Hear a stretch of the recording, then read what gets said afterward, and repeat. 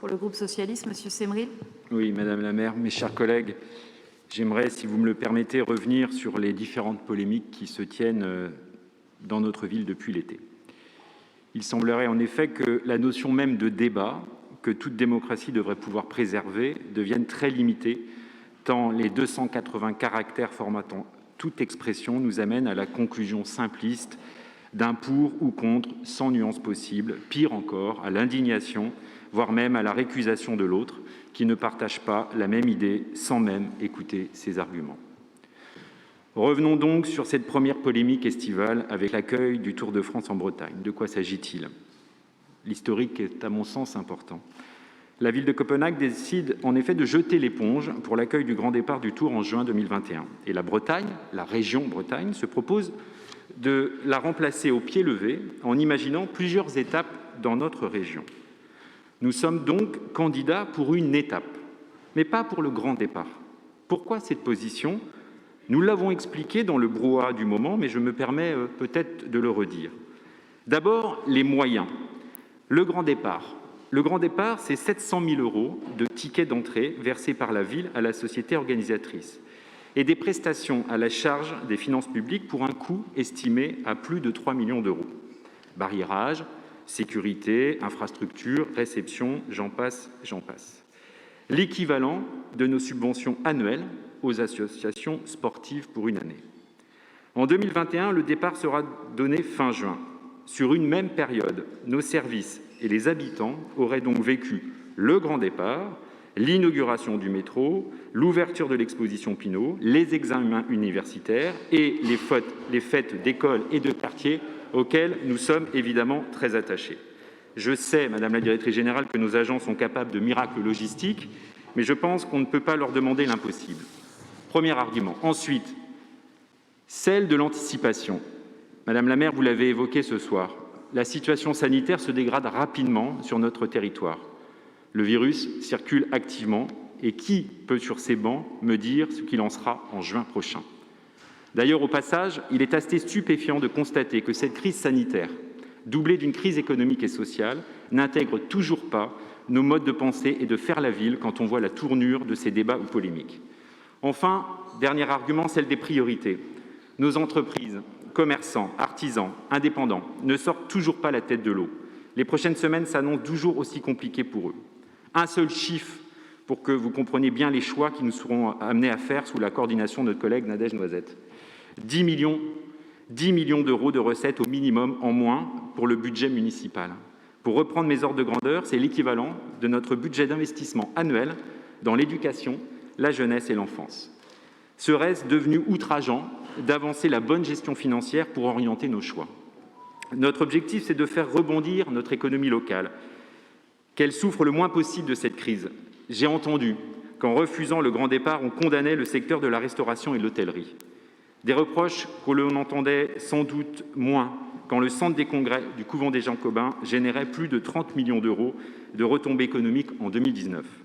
Et certains collègues de la minorité le savent parfaitement, tant ils ont contribué, à travers la conférence des acteurs de l'économie locale, à l'émergence de l'offre Destination Rennes et de l'activité de notre centre des congrès. Notre but, ce n'est pas de faire un one-shot sur 3 jours, c'est que 2021 soit une année aussi bonne que 2019 pour nos acteurs économiques. C'est de limiter au maximum les dégâts sur l'emploi, alors que Boiron a succédé à Technicolor dans la liste des grandes entreprises rennaises en difficulté sur notre territoire. Il est alors facile, sans autre argument et profitant des maladresses des uns, de pousser jusqu'à la caricature, pire au mépris, préférer se battre plutôt que débattre. Je voudrais donc saluer une de nos collègues, Valérie Faucheux. Je veux lui témoigner ici de notre amitié et de notre total soutien après les attaques dont elle a été victime cet été. Mes chers collègues, aucun désaccord, aucune mésentente, aucun débat n'autorise l'insulte ou la mise en cause personnelle. L'honneur de la démocratie, c'est de permettre la coexistence pacifique des désaccords. Nous avons une responsabilité, quelle que soit notre place sur ces bancs, celle d'assumer le débat contradictoire. En tant qu'élus, journalistes ou en tant que citoyens, c'est notre devoir de nous en montrer dignes. De la même manière, depuis quelques jours, nous assistons à nouveau à une polémique qui porte en elle les mêmes mots, les mêmes travers, la 5G.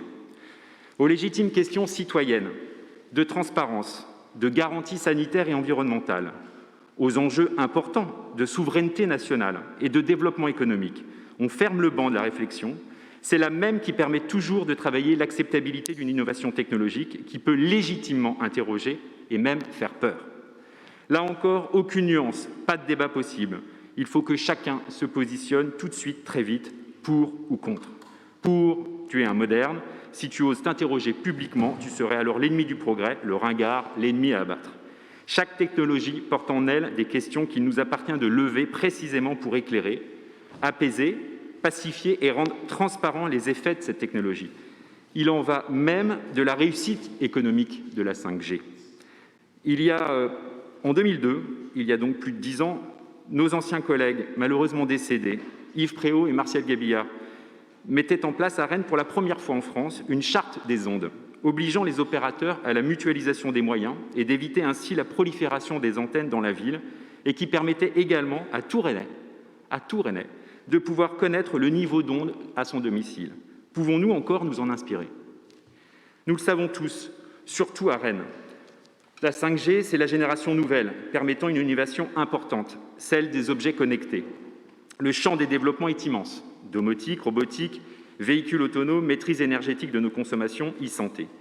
Une innovation qui se place dans un contexte de forte concurrence internationale où se pose également la fiabilité de nos échanges de données numériques, la question de la souveraineté face aux géants américains ou chinois.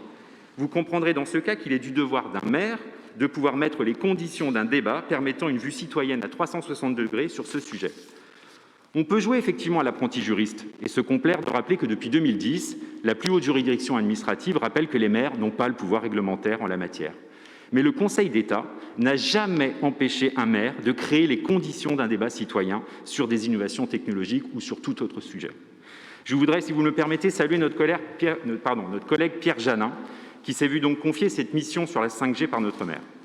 Ses compétences ne sont plus à démontrer, tant son travail scientifique est reconnu internationalement.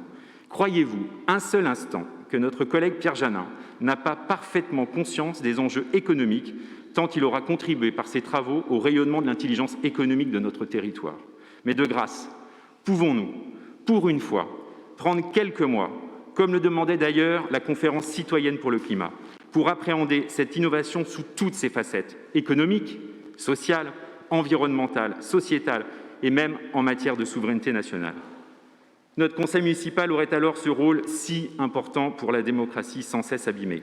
Débattre, éclairer les citoyens et décider en opposant les arguments. C'est ce qui fait l'honneur de notre fonction, celle qui permet d'être au service de nos concitoyens, pas de nos écuries présidentielles et encore moins des campagnes électorales à venir. Je vous remercie.